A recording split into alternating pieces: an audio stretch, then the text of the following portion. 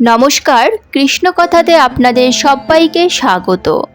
আজকের এই ভিডিও থেকে আপনারা জানতে পারবেন বাবা লোকনাথের দুটি অজানা অলৌকিক রহস্যময় ঘটনা। ভিডিওটি শুরু করার আগে এই চ্যানেলে যারা নতুন তারা চ্যানেলটিকে সাবস্ক্রাইব করে অবশ্যই পাশে থাকবেন। প্রিয়জনদের সঙ্গে শেয়ার করবেন যাতে তারাও উপকৃত হতে পারে। আর ভালো লাগলে অবশ্যই একটি লাইক করবেন। কমেন্টে বাবা লোকনাথের জয়গান করতে ভুলবেন না যেন। তাহলে শুরু করা যাক আজকের এই ভিডিও। বাবা লোকনাথ ব্রহ্মচারীর একজন অকৃত্রিম একনিষ্ঠ ভক্ত ছিলেন ডাক্তার নিশিকান্ত বসু। তার একান্ত কাতর প্রার্থনায় তার অনেক রোগীকে বাবা সুস্থ করে দিয়েছেন। একবার নাগ পরিবারের শ্রী চৈতন্য নাগের স্ত্রী অনেক দিন ম্যালেরিয়া জ্বরে ভুগতে থাকেন। তখনকার দিনে ম্যালেরিয়া ভয়ানক রোগ ছিল। নিশিকান্ত বাবু অনেক চিকিৎসা করলেন, কিন্তু কোনো ফল হলো না। একদিন রাতে তার শরীর ঠান্ডা হয়ে গেল, হার্টের ক্রিয়া প্রায় বন্ধ হবার উপক্রম হলো। নিশিকান্ত বাবু তখন এক মনে লোকনাথ বাবাকে স্মরণ করতে লাগলেন। সেই রাতে রোগিণী তন্দ্রাচ্ছন্ন অবস্থায় স্বপ্ন দেখলেন লোকনাথ বাবা আশ্রম থেকে এসে তার মাথার কাছে খাটে বসে বললেন, এই যে আমি এসেছি, তুই ভয় করিস কেন। এরপর রোগিণী সব রোগ সেরে সুস্থ হয়ে উঠলেন। চলৎ শক্তিহীনা রোগিণী বিছানায় বসে সবাইকে তার অভিজ্ঞতার কথা বলেন। এও বললেন যে সেই সময় সারাটা ঘর এক মিষ্টি চন্দনের গন্ধে ভরপুর হয়ে উঠেছিল। পরদিন সেই রোগিণী বারদী আশ্রমে গিয়ে প্রসাদ খেয়েছিলেন। বারদীর জমিদার আনন্দকান্তি নাগ ছিলেন বাবা লোকনাথের একনিষ্ঠ ভক্ত ও কৃপাধন্য। তার পৌত্র প্রেমরঞ্জন নাগের স্ত্রী রেণুকা দেবী ছিলেন লোকনাথগত প্রাণ। বাবা লোকনাথের প্রতি তার অগাধ ভক্তি বিশ্বাস ছিল। সারা জীবন তিনি বারদীর ব্রহ্মচারী বাবার সেবা পূজা ধ্যানে অতিবাহিত করেন। তার মনে একটি দুঃখ ছিল যে তিনি কখনো বাবার দর্শন পাননি। রেণুকা দেবীর গুরুদেব ছিলেন ডাক্তার নিশিকান্ত বসু। তার কাছ থেকে তিনি বাবার লোকমাহাত্ম্য শুনেছিলেন। 1988 সালের শেষের দিকে হঠাৎ রেণুকা দেবী খুব অসুস্থ হয়ে পড়েন। একদিন তিনি অচেতন হয়ে পড়লে তার শরীর নীলবর্ণ হয়ে যায়। তখন তার কন্যা ও জামাতা লোকনাথ বাবা ও ডক্টর নিশিকান্ত বসুর দুখানি ফটো তার মার কাছে রেখে দেন। বাড়ির সকলে লোকনাথ বাবাকে ব্যাকুলভাবে স্মরণ করে রেণুকা দেবীর আরোগ্য কামনা করতে থাকেন। এইভাবে কয়েকদিন গত হয়। হঠাৎ একদিন রেণুকা দেবীর চেতনা ফিরে পেয়ে বিছানায় উঠে বসে। বাবা বাবা বলে কাঁদতে থাকেন। আবার পর মুহূর্তে অচেতন হয়ে পড়েন ও তার দেহটি বিছানায় ঢলে পড়ে। বাড়ির লোকেরা ডাক্তার ডেকে আনেন। ডাক্তার এসে রোগিণীকে পরীক্ষা করেন এবং বলেন, এ হচ্ছে ডিপ কোমা। অক্সিজেন ও প্রাণ রক্ষার ওষুধ দেওয়া হলো, কিন্তু রোগিণীর চেতনা ফিরে এলো না। ডাক্তার জানালেন এই কোমা অবস্থার মধ্যেই রোগিণী প্রাণত্যাগ করতে পারেন। ডাক্তারের এই বার্তা শুনে রেণুকা দেবীর কন্যা প্রতিমা শোকে মুহ্যমান হয়ে পড়েন। লোকনাথ বাবার ফটোর সামনে দাঁড়িয়ে ব্যাকুলভাবে আরতি জানাতে থাকেন তার মাকে চৈতন্য ফিরিয়ে দেবার জন্য। আত্মীয় স্বজনরা একে একে এসে অচৈতন্য রেণুকা দেবীকে দেখে বাবা লোকনাথের কাছে তার প্রাণ ভিক্ষা করতে থাকেন। এর মধ্যে দ্বিতীয় দিনে সবাইকে অবাক করে দিয়ে রেণুকা দেবী কন্যা প্রতিমাকে ডাকতে ডাকতে সুস্থ অবস্থায় বিছানায় উঠে বসেন। কন্যাকে তার পাশে কাগজ কলম নিয়ে এসে বসতে বলেন এবং অন্যান্য আত্মীয় স্বজনদের তিনি কাছে ডেকে নেন। এরপর তিনি বলতে থাকেন, আমি দেহে এসেছি কেবল তোমাদের এই কথা বলতে যে বাবা আছেন। তিনি সর্বদাই আমাদের সাথে সাথে আছেন। মেয়েকে তিনি বলেন, জানিস আমি কেন তোদের কাছে নেমে এলাম? তুই বাবার কাছে কেঁদে বলেছিলি আমি বিনা চিকিৎসায় মরে যাচ্ছি। বাবা তাই আমাকে একদিনের জন্য পাঠিয়ে দিলেন চিকিৎসা করাবার জন্য। তবে চিকিৎসায় আমি কয়েকদিন মাত্র থাকব। প্রতিমা দেবী মার কথা শুনে আশ্চর্য হয়ে যান। মায়ের অচেতন অবস্থায় তিনি যথার্থই বাবার ফটোর সামনে কাঁদতে কাঁদতে আকুলভাবে প্রার্থনা জানিয়েছিলেন মা যেন এভাবে বিনা চিকিৎসায় প্রাণ না হারান। মার অজ্ঞান অবস্থায় যে কথা তিনি বাবা লোকনাথকে জানিয়েছিলেন সে কথা মা কি করে জানলেন? এসবই বাবা লোকনাথের অলৌকিক লীলা। এমন সময় রেণুকণা দেবী অতি স্নেহে পৌত্র বাদশাহ তাকে জিজ্ঞাসা করলেন, আচ্ছা দিদু, তুমি কি বাবা লোকনাথকে দর্শন করেছো? রেণুকণা দেবী তখন তাদের বলতে আরম্ভ করলেন তার পারত্রিক ভ্রমণের অলৌকিক কাহিনী। তিনি বললেন, আমি দেখলাম আমার দেহ থেকে আমি বেরিয়ে এলাম। তারপর আমি ঊর্ধ্ব দিকে উঠতে লাগলাম। তখন আমার এ দেহ ভেঙে দু খণ্ড হয়ে গেছে।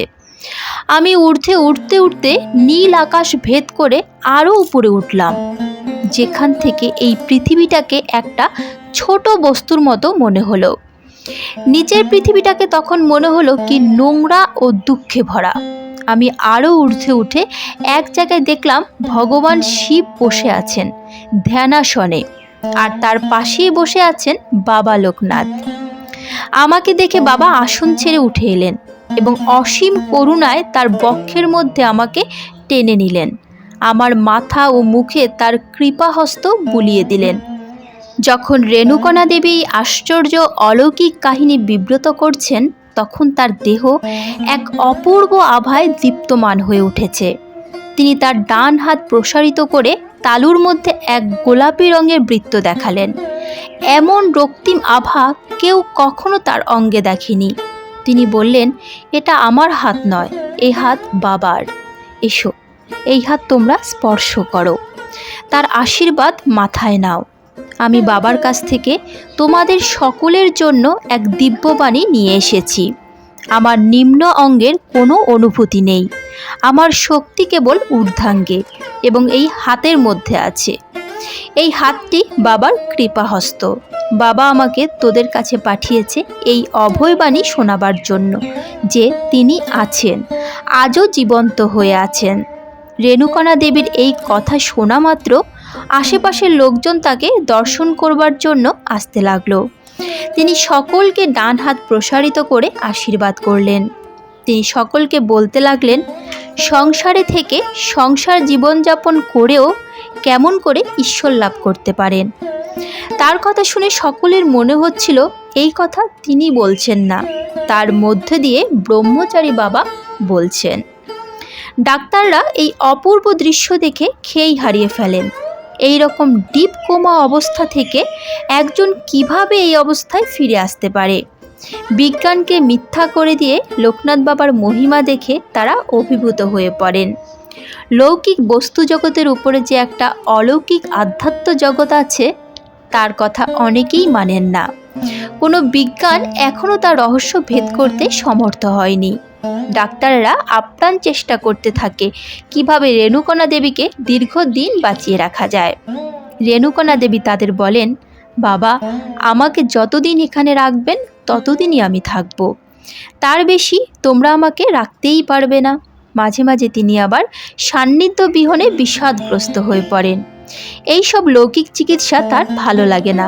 এই জগৎটাকে এখন তার নোংরা মনে হয়। অবশেষে তিনি 1988 সালের 11ই মার্চ বাবা লোকনাথকে স্মরণ করতে করতে জ্যোতির্ময় দেবলোকের পথে গমন করেন। এবার চলুন জেনে নেওয়া যাক বাবা লোকনাথের দ্বিতীয় অলৌকিক ঘটনাটি। লোকনাথ বাবার বারোদিতে আগমনে সেখানকার সমাজপতিরা অসন্তুষ্ট ছিলেন। তারা ভেবেছিলেন যে এই অলৌকিক ক্ষমতাসম্পন্ন যোগী যদি এই গ্রামে বাস করেন তবে উত্তরোত্তর তার ভক্ত সংখ্যা বৃদ্ধি পাবে এবং গ্রামে সমাজপতি ও তথাকথিত ব্রাহ্মণদের গুরুত্ব কমে যাবে। এজন্য তারা ভাবতেন কিভাবে এই যোগীকে বারোদি থেকে বিতাড়িত করা যায়। এই সমাজপতিদের কারো এমন সামর্থ্য ছিল না যে তারা মুখোমুখি শাস্ত্র আলোচনার মাধ্যমে তাকে পরাজিত করতে পারেন। তারপর গ্রামের জমিদার স্বয়ং যেখানে তার ভক্ত হয়ে পড়েছেন, তখন জমিদারের কাছে গেলেও তাদের মনোবাসনা পূর্ণ হবার কোনো আশা নেই। প্রথম দিকে তারা চেষ্টা করেছিলেন গ্রামের সাধারণ মানুষকে খেপিয়ে বাবার বিরুদ্ধে জনমত গড়ে তোলার, কিন্তু সাধারণ মানুষ যখন বাবার দ্বারা উপকৃত হতে লাগলেন, তখন ক্রমশ বিভিন্ন জেলা থেকে লোক এসে বারোদি আশ্রমে বাবার কৃপা লাভ করতে লাগলো। বাবার নাম বারোদি থেকে সারা বাংলায় ছড়িয়ে পড়তে লাগলো। কাজেই সমাজপতিরা এমত অবস্থায় সাধারণ মানুষকে খেপিয়ে তোলার মতলব ছেড়ে এবার বিভিন্ন ধর্ম সম্প্রদায়ের লোককে খেপিয়ে তোলা শুরু করলেন। ঢাকা জেলায় সেই সময় ব্রাহ্ম সমাজে যথেষ্ট প্রতিপত্তি ছিল। বাবা লোকনাথ ব্রহ্মচারীর প্রভাব ঢাকা জেলার যত বাড়তে থাকে, ব্রাহ্ম সমাজের প্রভাব তত কমতে থাকে। ব্রাহ্ম সমাজের সভ্যরা ব্রহ্মের উপাসনা করলেও বাবা লোকনাথের মতো কোনো ব্রহ্মজ্ঞ ব্যক্তিত্ব তাদের তৎকালীন সমাজে ছিলেন না। সেজন্য লোকনাথ বাবার ক্রমবর্ধমান প্রভাবকে শক্তিহীন করার মতো কোনো শক্তি সেই সমাজের ছিল না। কিন্তু লোকনাথ বাবার প্রভাবে তাদের সমাজের ক্রমহ্রাসমান প্রতিপত্তিতে তারা চিন্তিত হয়ে পড়েছিলেন। তারা বুঝতে পেরেছিলেন যে অমিত যোগ শক্তির অধিকারী এই ব্রহ্মজ্ঞানী পুরুষকে বিরুদ্ধ প্রচারের মাধ্যমে বারদী থেকে বিতাড়িত করা কোনোভাবেই সম্ভব হবে না। এর উপর তখন বারদী ও তার আশেপাশের সমস্ত গ্রামের সকল সম্প্রদায়ের লোকই লোকনাথ বাবার পরম ভক্ত হয়ে উঠেছেন। সেজন্য তারা ও বারদী সমাজপতিরা মিলে এক ষড়যন্ত্র রচনা করলেন। তারা দুজন হীন প্রকৃতির ব্রাহ্ম যুবককে নিয়োগ করলেন লোকনাথ বাবাকে রাতের অন্ধকারে মেরে বারদী থেকে তাড়িয়ে ব্রহ্মপুত্র পার করে দিয়ে আসতে। ব্রাহ্ম যুবক দুজন ঠিক করল রাতের অন্ধকারে বারদী আশ্রমে গিয়ে তারা এই কাজ সারবে। একদিন গভীর রাতে যখন চারিদিক অন্ধকারে ডুবে আছে এবং আশ্রমের সবাই নিদ্রায় মগ্ন, সেই সময় দুজন আশ্রমে হাজির হলো। নিশুতি রাত, আশ্রম নিস্তব্ধ, তাদের কেউ দেখতে পাচ্ছে না। যুবক দুজন লাঠি নিয়ে আশ্রমের উঠোনে বাবার ঘরের বরাবর দাঁড়িয়ে আছে।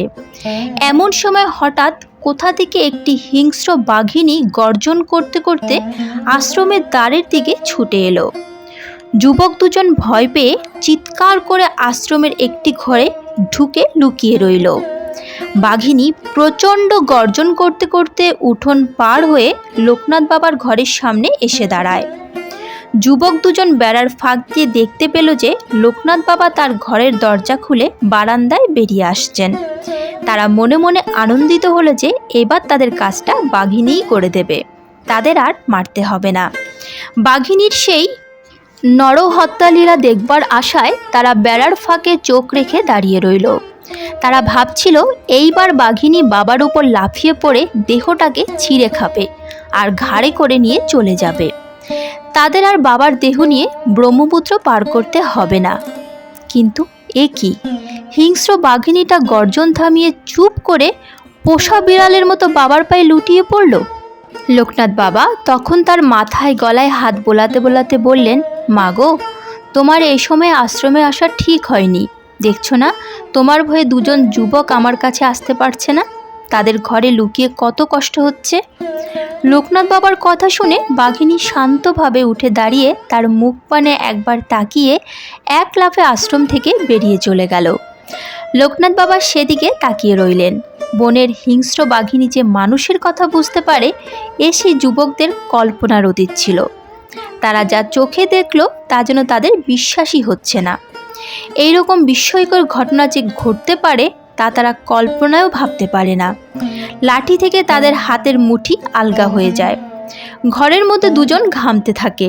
তারা বুঝতে পারে যাকে তারা মারতে এসেছিল তিনি কোনো সামান্য সাধু নন, তিনি একজন অসাধারণ অলৌকিক যোগ শক্তির অধিকারী, একজন মহাপুরুষ যার সামনে বনের হিংস্র প্রাণীও মাথা নত করে বশ্যতা স্বীকার করে। এই রকম মহাপুরুষকে আঘাত করার জন্য তারা এসেছে, এই মনে করে তাদের মনে অনুশোচনা হলো। তারা গভীরভাবে অনুতপ্ত হয়ে ও লজ্জায় অধোবদন হয়ে ঘর থেকে বেরিয়ে এসে লোকনাথ বাবার চরণে লুটিয়ে পড়ল। বাবার কাছে তারা তাদের আশ্রমে আগমনের উদ্দেশ্য ব্যক্ত করল এবং নিজেদের দোষ স্বীকার করে কৃপা ভিক্ষা করল। দোষী যত বড় দোষী করুক, যদি সে দোষ স্বীকার করে ক্ষমা প্রার্থনা করে তবে বাবার চিত্ত বিগলিত হয়ে যেত। তিনি সব সময় অপরাধীকে ক্ষমা করতেন। তিনি বলতেন, অপরাধকে ঘৃণা করো, অপরাধীকে নয়। অনুতপ্ত যুবকদের স্বীকারোক্তি ও ক্ষমা প্রার্থনায় বাবা লোকনাথ তাদের ক্ষমা করে বললেন, যা, তোরা বাড়ি চলে যা, এমন কাজ আর কখনো করিস না, তোদের চৈতন্য হোক। এই লীলা প্রদর্শনের দ্বারা বাবা বোঝাতে চেয়েছেন যে হিংসা থেকেই হিংসার বৃদ্ধি হয়। ব্রাহ্ম যুবকদের মনে হিংসাবৃত্তি ছিল বলেই বাঘিনী গর্জন করতে করতে তাদের দিকে ছুটে এসেছিল, কিন্তু অহিংসা সিদ্ধ বাবা লোকনাথ সামনে দাঁড়াতেই সে গর্জন থামিয়ে তার পায়ে লুটিয়ে পড়েছিল। আবার বাবা চলে যেতে বলতে সে আশ্রম ছেড়ে চলেও গিয়েছিল। মহাযোগীর অহিংসাবৃত্তির প্রভাবে বনের হিংস্র বাঘিনীও হিংসাবৃত্তি ত্যাগ করেছিল। এই লীলা প্রকাশের মাধ্যমে বাবা তৎকালীন হিন্দু মুসলমান সমাজে ক্রমবর্ধমান হিংসাবৃত্তি রোধের জন্য এই শিক্ষা প্রচার করতে চেয়েছিলেন যে বনের এক হিংস্র প্রাণীও অহিংসাবৃত্তি অবলম্বনকারীদের সামনে হিংসাবৃত্তি পরিত্যাগ করে। সেজন্য একই সমাজে বিভিন্ন সম্প্রদায়ের লোক কেন হিংসাবৃত্তি ত্যাগ করে অহিংসভাবে সহাবস্থান করতে পারবে না? এক ঈশ্বরকোটি সাধক মহাপুরুষের অমিত যোগৈশ্বর্য প্রকাশের লীলা। মহাশক্তিধর যোগীদের জীবনে এই রকম লীলার বিরল প্রকাশ দেখা যায়। কলিযুগে এই প্রকাশ ছিল বিরলতম। আজকের মতো ভিডিওটি এখানেই শেষ করলাম। আশা করি আপনাদের ভালো লেগেছে। আজ তাহলে এ পর্যন্তই, দেখা হচ্ছে পরবর্তী ভিডিওতে। ভালো থাকবেন, সুস্থ থাকবেন। জয় শ্রীকৃষ্ণ, রাধে রাধে। জয় বাবা লোকনাথ।